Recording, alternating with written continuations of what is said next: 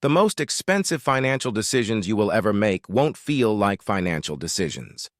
They'll feel like excitement, like loyalty, like love, like fear, like the desire to be seen as generous or capable or successful.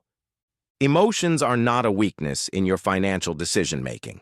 They are the primary mechanism through which your financial decisions get made. And the wealthy, both individuals and institutions, understand this far better than most people do. Today, we're going to look at exactly how emotions are used against you financially, not to make you paranoid, but to make you precise. Because the first step to protecting something is understanding how it gets taken. The first emotional lever is fear, and it is the most universally deployed tool in financial manipulation. Fear is ancient. It is fast. It bypasses the rational mind almost entirely and produces action, or paralysis, before conscious evaluation can occur. Financial fear comes in many forms. Fear of missing out, the anxiety that others are getting ahead while you stand still. Fear of scarcity, the sense that resources are running out and you must act now to secure your share. Fear of judgment, the worry about what your financial situation says about you as a person. Each of these fears is systematically activated by financial products, advertisers, and institutions. The investment advertisement that shows a comfortable retirement, and then asks, quietly, whether you've started saving yet. The insurance product that catalogs every possible disaster. The credit card offer that suggests you deserve more than you currently have. None of these are neutral communications. They are calibrated emotional triggers, and the emotion they produce, the mild but persistent anxiety they generate, is what makes you receptive to whatever solution they're about to offer. The second emotional lever is hope, and it works differently from fear, but is equally powerful.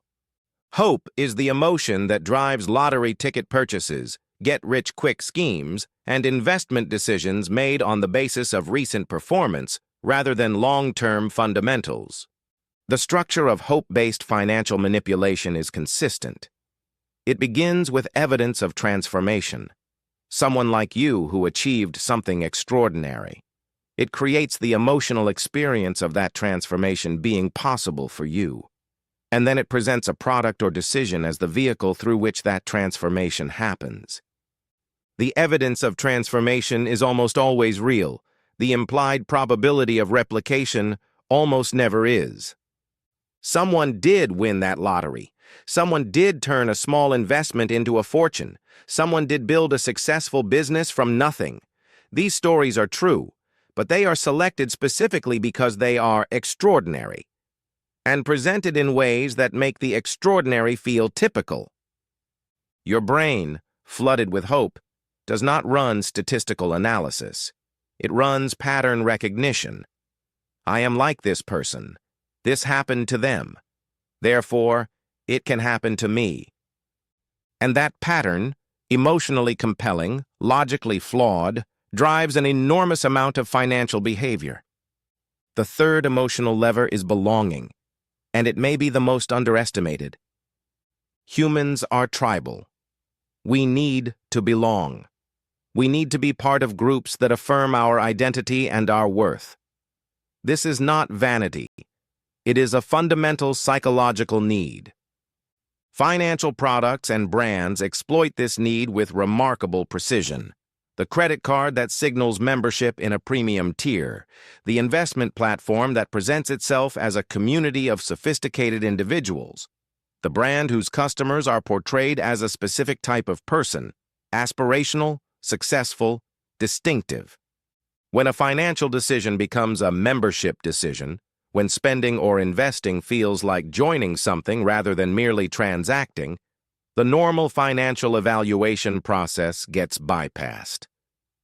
You're not asking whether this product is good value. You're asking whether this is who you are, and identity questions produce very different answers than value questions.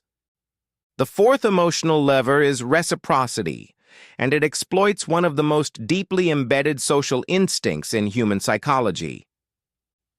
When someone gives us something, a gift, a favor, a piece of useful information, we feel a powerful, largely automatic impulse to give something back. This is reciprocity, and it is so fundamental to human social functioning that it operates even when we are aware of it. Financial salespeople and institutions use reciprocity constantly. The free consultation, the complimentary report, the gift with purchase, the advisor who spends an hour understanding your situation before mentioning any product. These are not acts of generosity, they are investments in your sense of obligation.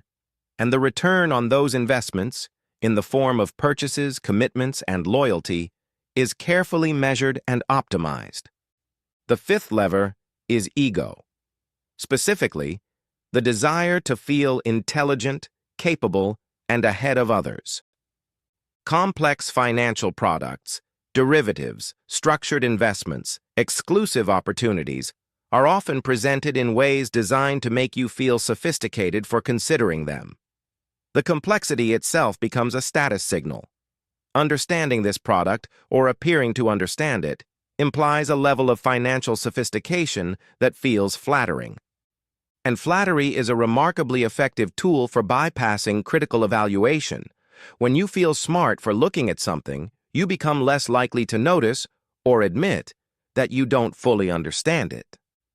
This is how ordinary people end up in investment products they cannot explain, not because they were forced, but because the product made them feel like the kind of person who belongs in it.